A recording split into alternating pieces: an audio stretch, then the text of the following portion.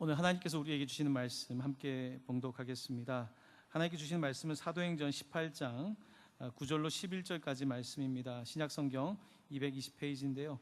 우리 다 함께 자리에서 일어나셔서 오늘 하나님께서 우리에게 주시는 말씀 같이 봉독하기를 원합니다. 사도행전 18장 9절로 11절까지 말씀 한 목소리로 봉독하겠습니다. 밤에 주께서 환상 가운데 바울에게 말씀하시되 두려워하지 말며 침묵하지 말고 말하라. 내가 너와 함께 있음에 어떤 사람도 너를 대적하여 해롭게 할 자가 없을 것이니 이는 이 성 중에 내 백성이 많음이라 하시더라. 1년 6개월을 머물며 그들 가운데서 하나님의 말씀을 가르치니라. 아멘. 우리 옆에 있는 분들에게 서로 먼저 잠깐 인사하면 좋겠습니다. 오늘 금요일 밤에는 또 특별히 은혜를 사모하시는 분들이 많이 오시는데요. 주님의 은혜가 함께 하시기를 바랍니다. 우리 옆에 있는 분들과 잠시 인사하겠습니다. 네, 주님의 은혜가 함께 하시기를 바랍니다. 네, 주님의 크신 은혜가 오늘 밤에 여러분들과 함께 하시기를 바랍니다. 이제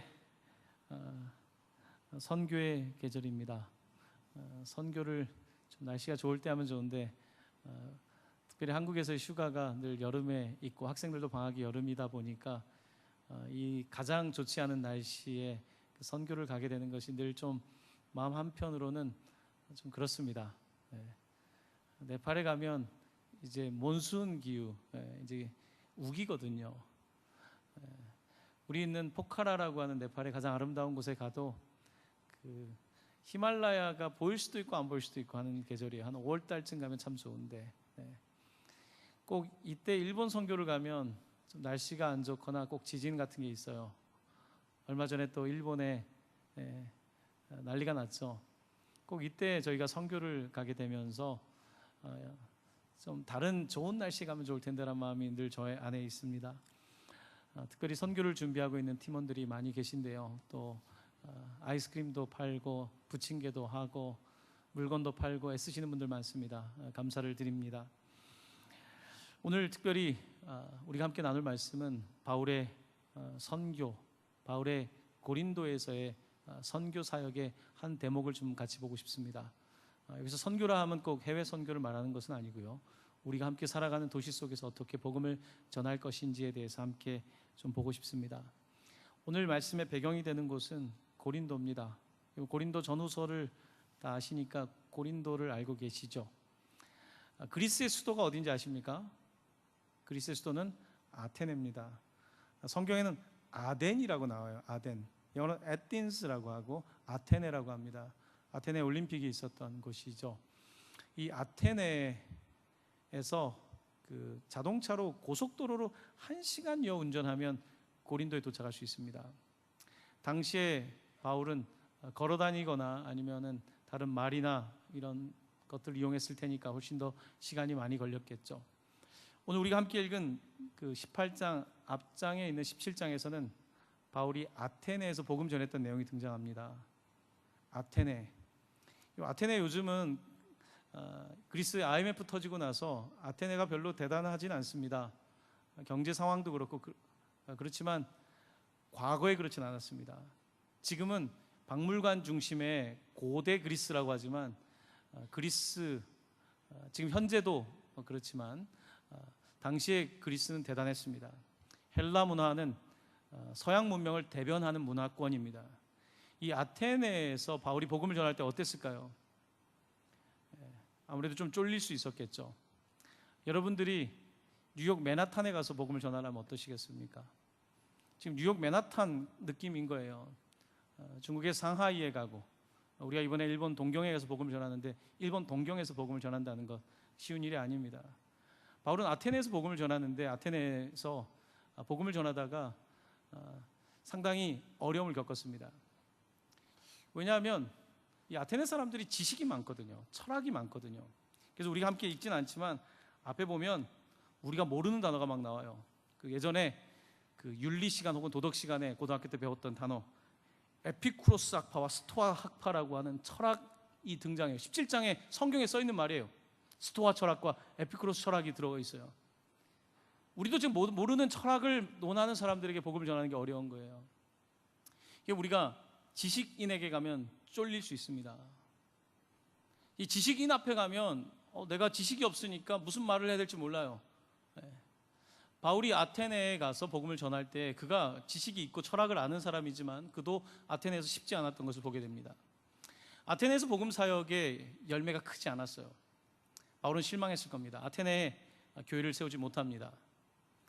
바울은 아테네를 떠나서 이제 자동차로 1시간여 떨어진 이 고린도로 도착하게 돼요. 그리고 고린도에서 다시 마음을 담고 복음을 전하게 돼요. 근데 이 당시 그리스 남쪽에 있는 아테네와 고린도는 상당히 철학이 뛰어났던 지식인들이 많았던 동네였던 것은 확실합니다.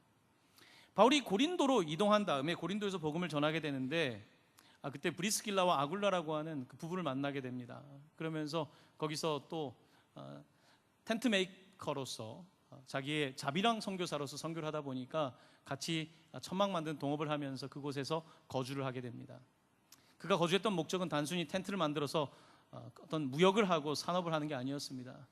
그에게 텐트를 만든다는 것은 그저 선교를 하기 위한 하나의 비즈니스였던 것입니다. 그의 목적은 비즈니스가 아니라 비즈니스가 선교를 위한 하나의 방편이었습니다.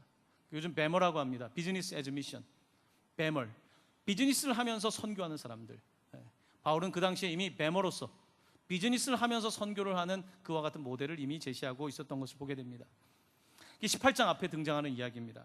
바울이 그곳에서 복음을 전하면서 그가 먼저 복음을 전했던 것은 일단 여러분 접촉점부터 찾아야 돼요. 선교를 가면 바울에게 접촉점은 어디겠습니까? 유대인이니까 유대인이 접촉점인 거예요. 그래서 바울이 복음을 전했던 것은 바로 유대인의 회당이었어요. 우리 동족들 같은 피부 색깔을 갖고 같은 전통을 가지고 있는 사람 복음을 전하는 거예요. 여러분이 만약에 여기서 갑자기 맨하탄에 가서 복음을 전한다면 여러분 갑자기 맨하탄에 있는 한인이 아닌 다른 데 가는 게 아니라 분명히 한인들이 사는 한인타운을 가게 될 거예요. 바울은 그렇게 유대인들이 모여 살고 있는 그런 타운에 가서 이제 살면서 복음을 전하게 되는데 만만치가 않은 거예요. 특별히 이 고린도에서는 고린도에 정착한 헬라계 유대인들이 이 만만치 않은 겁니다. 복음을 듣는데 하나님의 말씀을 잘 받아들이지 않는 거예요. 자, 그 대목이 오늘 등장하고 있는데 어디냐면 6절 말씀입니다. 6절 말씀 18장 6절인데요. 한번 저와 함께 이 말씀 한번 붙잡고 한번 봉독하고 싶습니다. 같이 읽을까요? 시작. 그들이 대적하여 비방하거늘 바울이 옷을 털면서 이르되 너희 피가 너희 머리로 돌아갈 것이요 나는 깨끗하니라 이후에는 이방인에게로 가리라 하고. 아멘. 바울이 이 고린도에서 복음을 전하는데 이 바울이 전한 이 복음을 전한 이 헬라계 이 유대인들이 자꾸 바울을 대적하고 비방하는 것입니다. 그들은 나름대로 그곳에서 정착한 사람들이에요. 나름대로 이제 이민 사회에서 정착을 하고 나름대로 또 유대인의 혈통으로서 자랑이 있는 사람들이에요. 바울의 이야기를 듣지 않습니다. 대적하고 비방합니다. 나름대로 자기의 삶의 기반이 만들어진 사람은 별로 복음에 관심이 없어요. 여러분 가난할 때에는 복음을 듣고 싶어요. 내가 살 길이 없으니까. 제가 지난번 몇 주 전에 설교 때 그런 말씀을 드렸어요. 옵션이 없는 사람은 주님을 붙잡아요. 아무 옵션이 없으니까. 옵션이 많은 사람은 복음을 들으려 하지 않습니다. 왜 점점 사회가 잘 살면 잘 살수록 복음을 듣지 않을까요? 옵션이 많은데요. 교회가 아닌 선택을 할 수 있거든요. 예수가 아닌 선택을 할 수 있거든요. 바로 그래서 잘 사는 곳에 가서 복음 전하기가 어려운 거예요. 어쩌면 네팔보다 일본에서 복음 선교하는 것이 더 어려울 수도 있습니다. 일본에서 복음 선교하면서 어려운 것은 그들이 기독교가 없어도 잘 살기 때문에 그래요. 단순합니다. 여러분 교회 안 다녀도 잘 살아요. 굳이 교회 안 다녀도 잘 살아요. 일본 사람들 저희보다 훨씬 잘 살아요.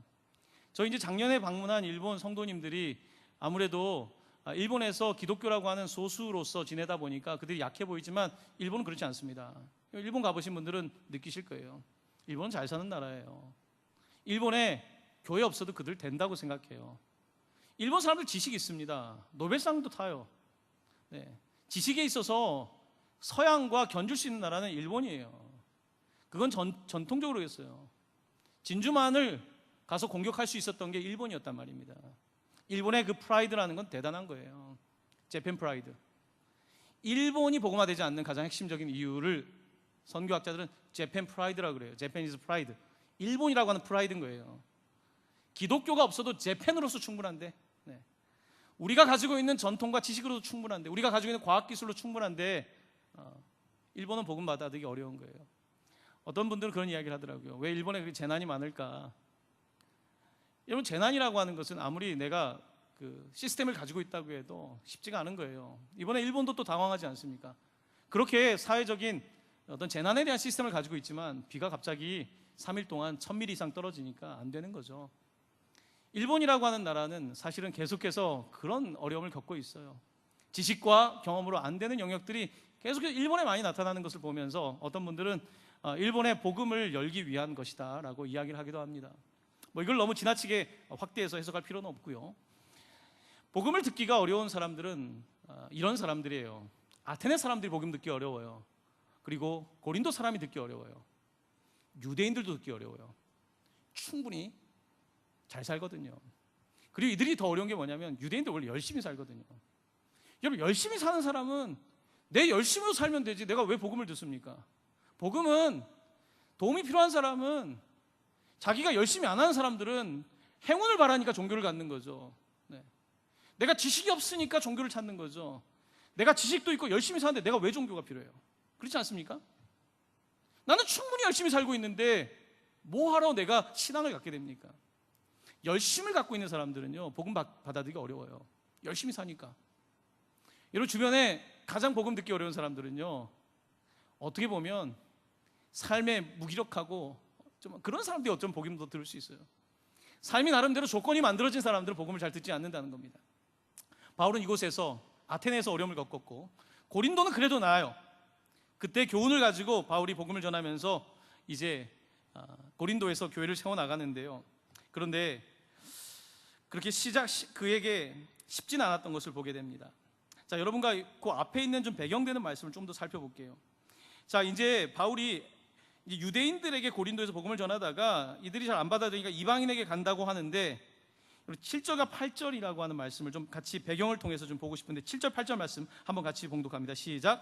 거기서 옮겨 하나님을 경외하는 디도 유스도라 하는 사람의 집에 들어가니 그 집은 회당 옆이라. 또 회당장 그리스보가 온 지방과 더불어 주를 믿으며 수많은 고린도 사람들과 듣고 믿어 세례를 받더라. 아멘.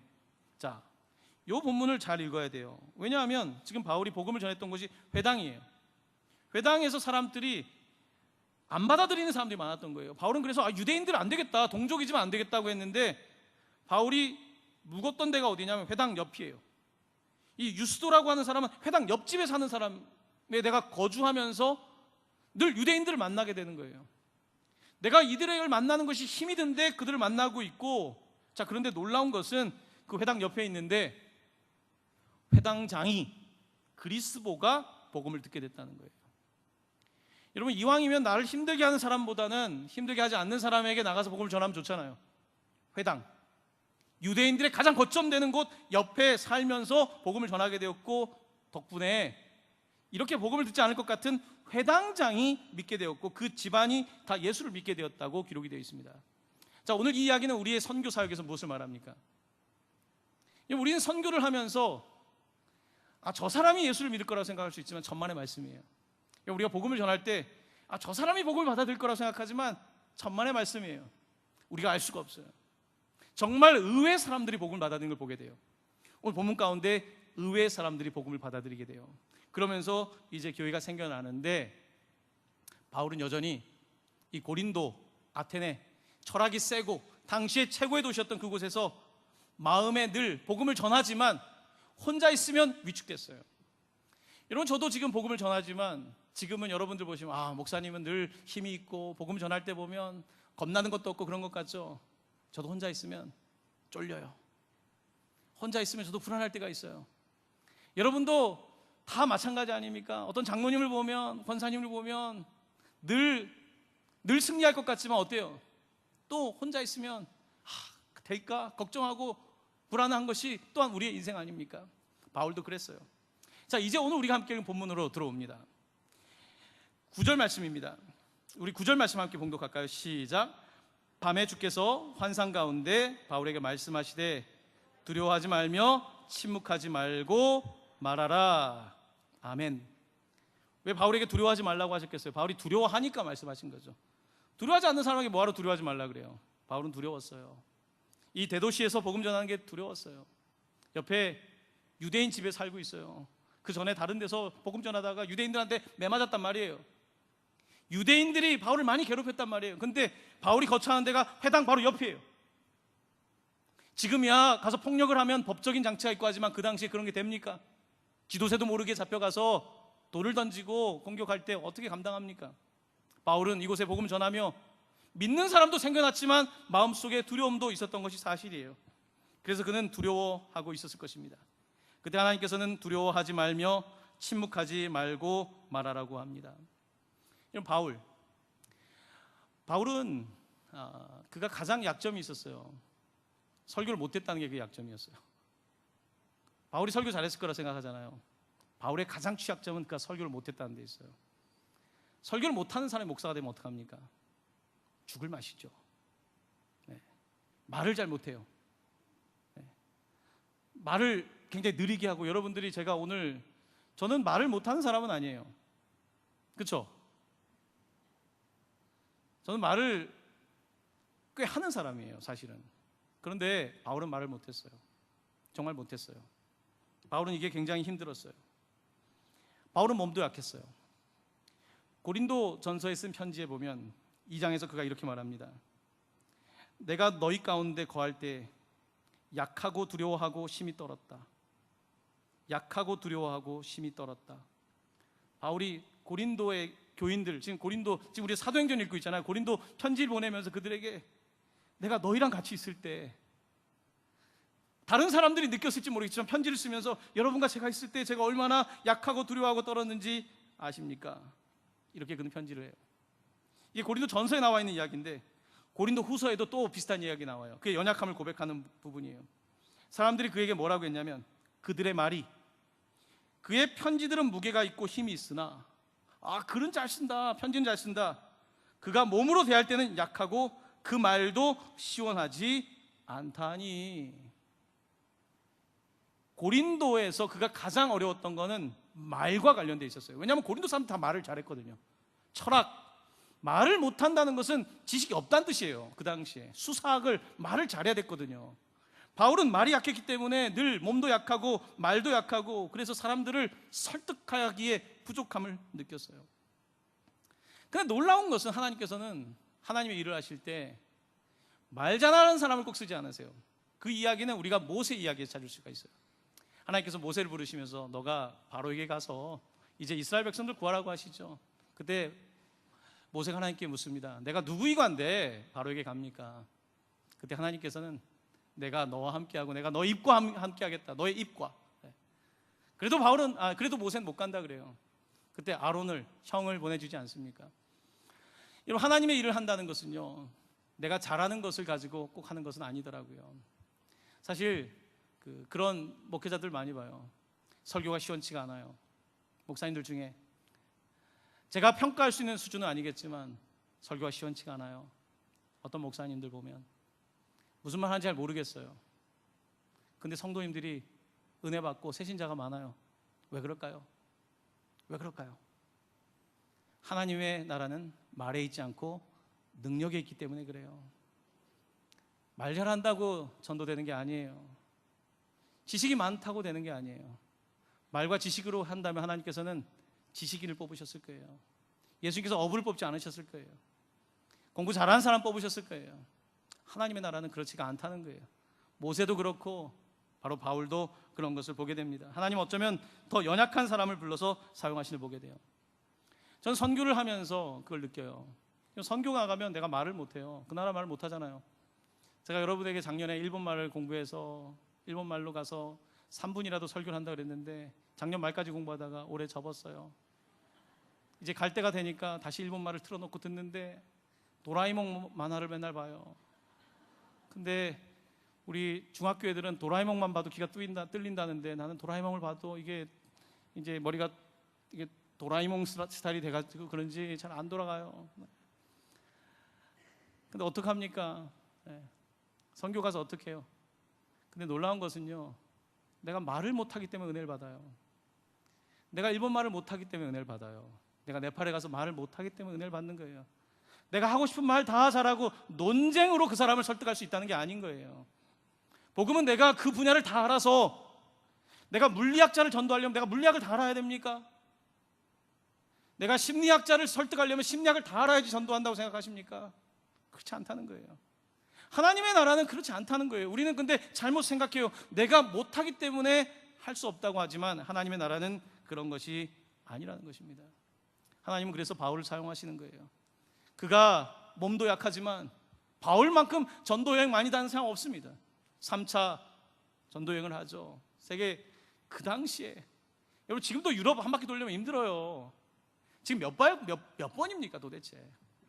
가장 몸이 약한 바울이, 아니 필요 왜 바울이 그렇게 설교를 해야 됐습니까? 그렇게 말이 시원치 않은 사람이. 하나님은 그를 통해서 영광을 보기 원하셨던 거예요. 이제 상동성전에 우리 김치현 목사님이 일본 선교를 가시는데, 김치현 목사님이 저보다 훨씬 뛰어나세요. 작년에 이제 제가 같이 일본어 수업을 들었어요. 저희 그 문화원에서 지금 우리 일본 선교팀 중에 일본어 공부하신 분들 꽤 있어요. 저랑 같이 이제 김치현 목사님 시작했는데, 김치현 목사님은 포기를 안 했어요. 지금까지도 일본어를 공부했어요. 그쪽 교회는, 제가 가는 이번에 일본 교회는 유학생이 있고 교포가 있어서 제가 일본말을 못해도 통역해 줄 사람이 있어요. 김치현 목사님 가는 교회에는 통역해 줄 사람이 한 명도 없어요. 김치현 목사님은 그래서 지금 자기의 일본어를 가르쳐주는 우리 여기 게이코 선생님이 있어요. 게이코 선생님한테 한국말 설교를 다 줘서 일본말로 다 받았어요. 지금 일본말을 지금 뭐 완벽하겠어요? 정말 열심히 하고 계세요. 성찬식까지 해달라 그랬대요. 성찬식까지 일본말로 준비했어요. 예전부터 일본어를 했을까? 제가 생각해 봤어요. 안 했대요. 그래서 제가 김치현 목사님 앞에 서면 지금 너무 작아져요. 난 한다고 했는데, 그래도 못하는 사람을 하나님 쓰신다 그랬으니까 저를 더 쓰실지도 모르겠죠. 그렇게 위안을 받습니다. 여러분, 그런 것 같아요. 하나님의 나라를 전한다는 것이 어떤 사람의 어떤 스킬, 어떤 기술적인 문제만은 아니에요. 하나님께서 그런 마음을 주시는 거죠. 여러분, 그 교회 성도님들 얼마나 은혜 받겠어요. 생각해 보세요. 일본어를 모르는 목사님이 일본어를 1년을 준비했답니다. 얼마나 은혜 받겠어요. 그 성찬이 얼마나 은혜 되겠어요.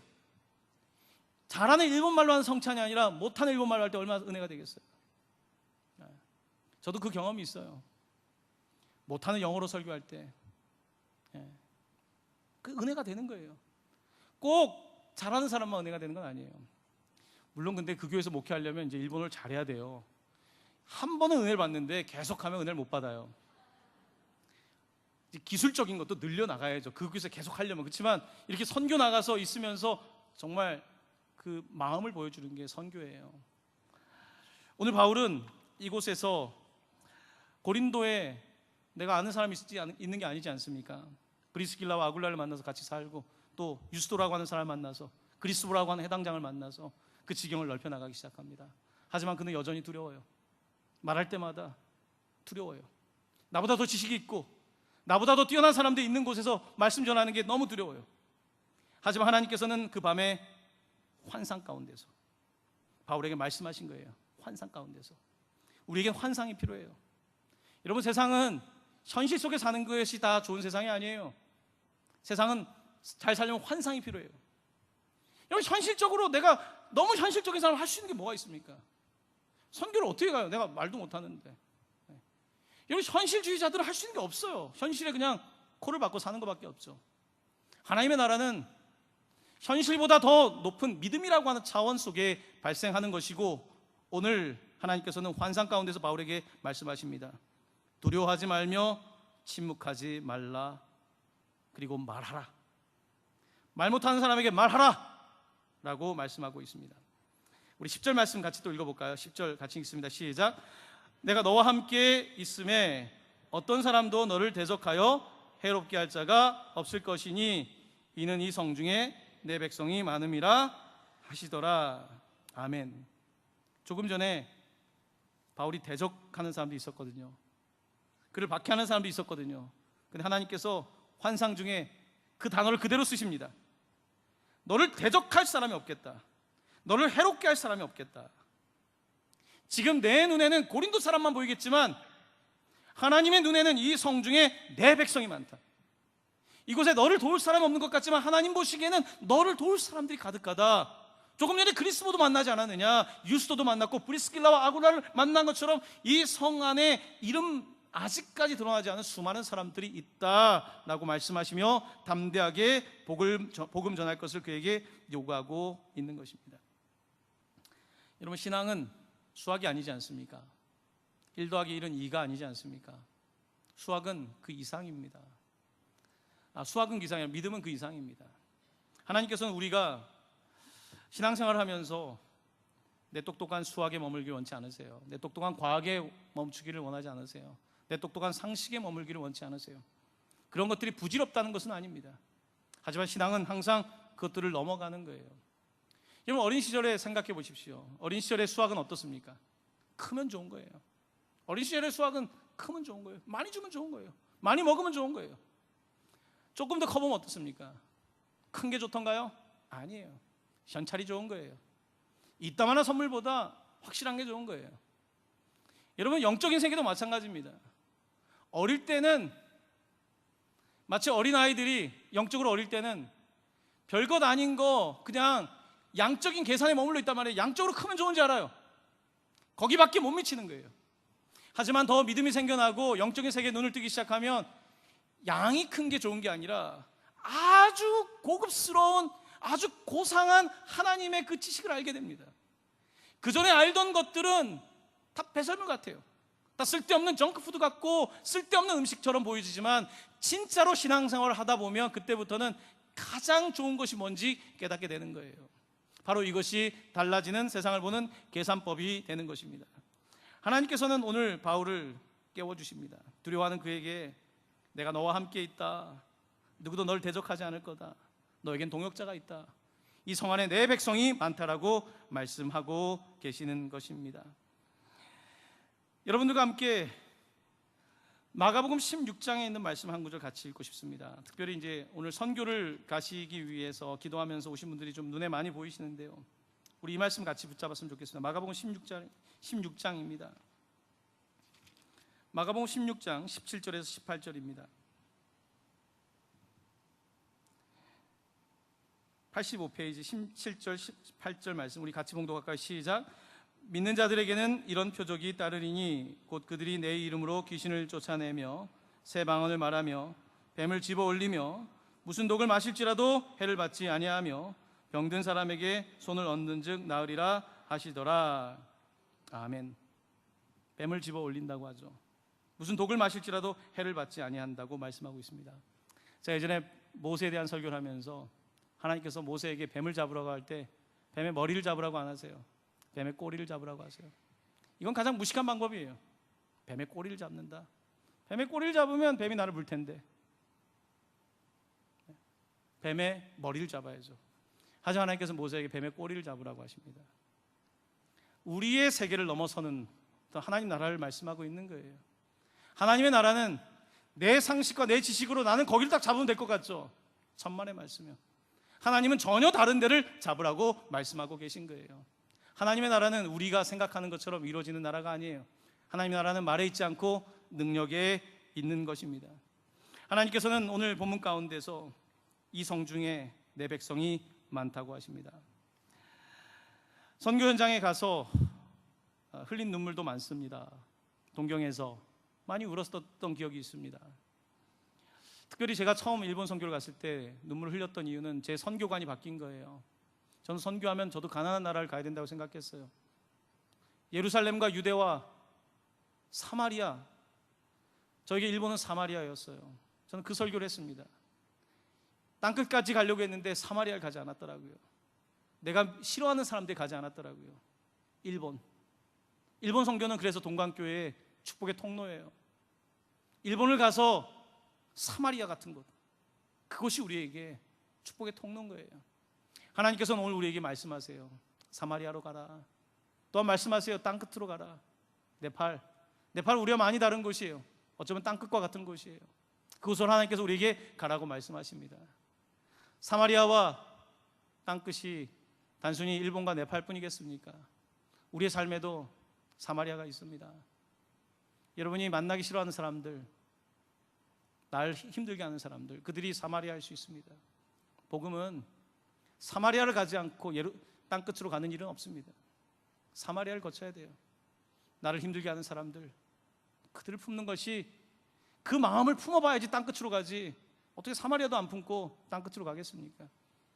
이런 복음은 이미 우리 가운데 주어졌고요. 이제 오늘 말씀을 붙잡으면서 오늘 하나님께서 여러분에게 어떤 도전을 주십니까? 여러분도 혹시 오늘 바울처럼 두려워하고 있지 않습니까? 침묵하고 있지 않습니까? 이 도시 가운데 살면서, 부천시 수도권에 살면서 두려워하고 있지 않습니까? 겉으로는 센 것 같이 하지만 혼자 있을 때 철저한 두려움 속에 빠져 있지 않습니까? 하나님께서는 여러분에게 말씀하십니다. 두려워하지 말며 침묵하지 말라. 하나님께서 또한 여러분에게 말씀하십니다. 내가 너와 함께 있다. 내가 너와 함께 있다. 누구도 너를 대적하지 못할 것이다. 누구도 너에게 해를 주지 못할 것이다. 너가 혼자인 것 같지만 이 성중에 내 백성이 많다. 우리 주님 말씀하십니다. 사랑하는 성도 여러분, 특별히 선교를 맞이하는 이번 7월달, 8월달입니다. 여러분들도 여러분들의 삶을 좀 돌아보시고, 나도 모르게 내 세계가 좀 좁아져 있다면, 그저 내 예루살렘에만 머물러 있다면 여러분의 세계를 좀 더 유대로 넓혀보시고요, 내 세계가 유대에만 머물러 있다면 사마리아로 좀 넓혀보시고, 여러분의 상상력을 땅끝까지, 하나님께서 나에게 말씀하신 땅끝까지 여러분의 믿음의 상상력을 펼쳐보셔서 여러분들이 하나님께서 원하시는 조금 더 하나님의 방법으로 하시는 그 구원의 감격과 기쁨을 누리시는 여러분 되시기를 예수님의 이름으로 간절히 축원합니다. 아멘. 이 시간 함께